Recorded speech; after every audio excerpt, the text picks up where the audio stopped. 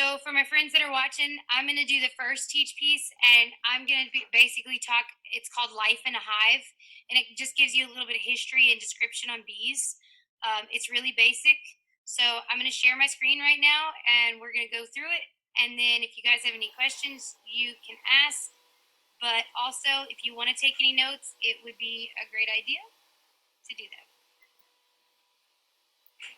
Sorry. Okay. All right. So can everybody see this? I've made a little Google slide presentation, and it's only like 5 slides long. So I'm going to read it and go through it. Also, I will post it on my Google Classroom, and I'll send it to, I think I already shared it with you guys. If Miss Marquita wants to post it on hers too, that'll be another way you could have this information. But it's just some kind of basic fact about bees. So I've kind of posed some questions and then given you some facts. So the first question is, people sometimes wonder where bees live, and all of us always think of a beehive, and beehive is definitely a correct answer, but they don't always have to live in a beehive. Sometimes they live in gardens, and sometimes they find trees that are hollowed out, and they live in there. I like Miss Marquita's face because she's not a fan of all these bees right here around this. It looks like, but it looks like that would not be the place you'd want to reach your hand in, because that you see all around the tree hole is nothing but bees, baby. So they can live in hollow trees, they can live in gardens, they can live in empty logs that have fallen down on the ground. They like sheltered places like under awnings on buildings, and of course beehives. A normal colony, and that's what you call a grouping of bees that lives together, consists of 20 to 60,000 honeybees and one queen. So, girl power here, guys, because there is one queen over all those bees, 20 to 60,000. Huge, huge amount of bees. So then, I like that I see some people writing. It's impressive. But I'm going to keep going because I don't want to take too long. The next one asks, what are beehives made of? And I found this really interesting because I never really researched bees before either. So the interior, the inside of the hive, is made up of what's called beeswax. They make candles out of it too. And beeswax is a wax that's secreted from the worker bees' abdomens. So it comes from their stomachs. Well, it comes, as my daughter so lovingly put, I thought it came from their butts. So I'm going to guess it comes from their stomach and out of their butts, probably, but it starts in their stomachs. The interesting thing about it is that the bees chew up the wax once it comes out to make it soft and moldable, kind of like Play Doh. And then they form these really cool hexagonal structures that they call cells. And they're cells, like holding cells. And the cells are made to store stuff, kind of like cubby holes. They store pollen when they go collect them from the flowers. They store honey, as you can see in here. And they also store baby larvae. Some people from my class might remember that in the beginning of the year, we went on the playground and we knocked down some nests. And you remember that, Naraya? And if you look really closely in this picture, you can see the babies. They look like little worms in there. So they make all these so that they can keep their babies in some, honey in some, and pollen in some. It's really, really interesting. It's a very, very defined system, and it's very organized. I wish I could be that organized. The really interesting fact is that bees are born into a role.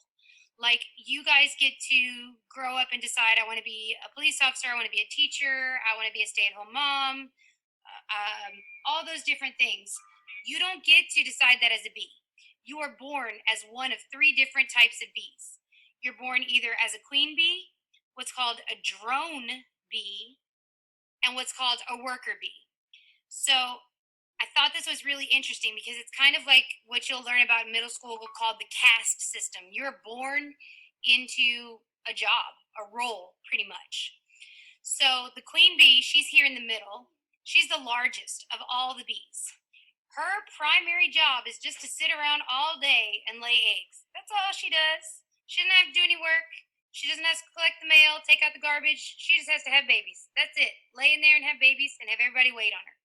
But it is kind of a hard job because she lays up to 2,000 eggs per day to keep that hive populated. So that's a lot of babies in a day. And not all of them live. Not all of them live. That's a very good point. And that's part of what is happening with our bee colony collapse right now, because sometimes certain mites and things like that get into those eggs and they worm their way in and they feed off of the baby that's trying to grow inside. So there's a lot of stuff that could happen to those eggs. Not quite. Drone bees are these guys. They're the medium size. Their job, they're the second largest of the bees, and all of these guys are boys. They're all boy bees, and their only job is to wait for the queen to lay these eggs, and then they fertilize the eggs. That's all they're there for. They hang out and they wait for the eggs, and then they do what they need to do to the eggs to make sure that the eggs are fertilized. They don't do any of the work either. It's these poor little bitty teeny tiny guys, the smallest of the whole group, that are the worker bees. And it's kind of awful when you think about it, because they're the smallest of them all. And get this, girls, they're all female. No boys have to do the work. I and Evan, see there? That's just not cool, because all the girls have to do the work in the beehive. So, but the cool thing is that the workers, the girls, make up the majority of the hive. So it's mostly worker bees, and their jobs are everything from building the hive, cleaning the hive. They go out and collect the nectar and the pollen, and they take care of the queen and her babies. They are the ones that put the babies inside the little cells and check on them and make sure they're okay, and check on the mom and make sure she's okay. So they pretty much live to work all day. They don't get to take any breaks. They wake up and work, go to sleep, and wake up and work again. I thought this picture was kind of funny, but the other teachers might think I shouldn't have put it on here, but I thought it was funny. So, colony collapse disorder. This is the problem that our beehives are facing today, because what's happening is there's a beehive with those, what did we say before? How many bees in a hive? 20,000 to 60,000 bees in a hive, right? Who's writing on my screen? What's happening there? I don't know who's writing on my screen. Thank you. Thank you for stopping. So 20,000 to 60,000 bees, and what's happening is all these bees are disappearing. 90% of the bees disappear from the hive. And the reasons why is what scientists are trying to figure out right now.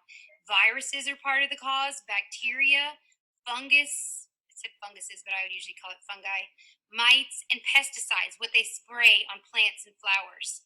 And this poor little bee is like sitting there like trying to collect money or something, but it says I had 34,582 children and pesticides killed my family. And that's what's happening. They're all just dying off.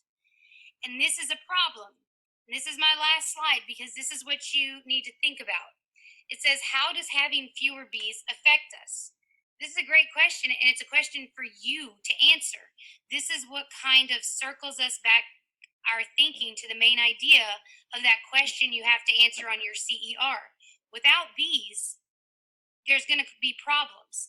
And who are these problems going to affect? And when you answer that, it's going to be kind of the same question of your CER, which is, who do the bees help? Do they help just the farmers, or do they help the entire world and all the population?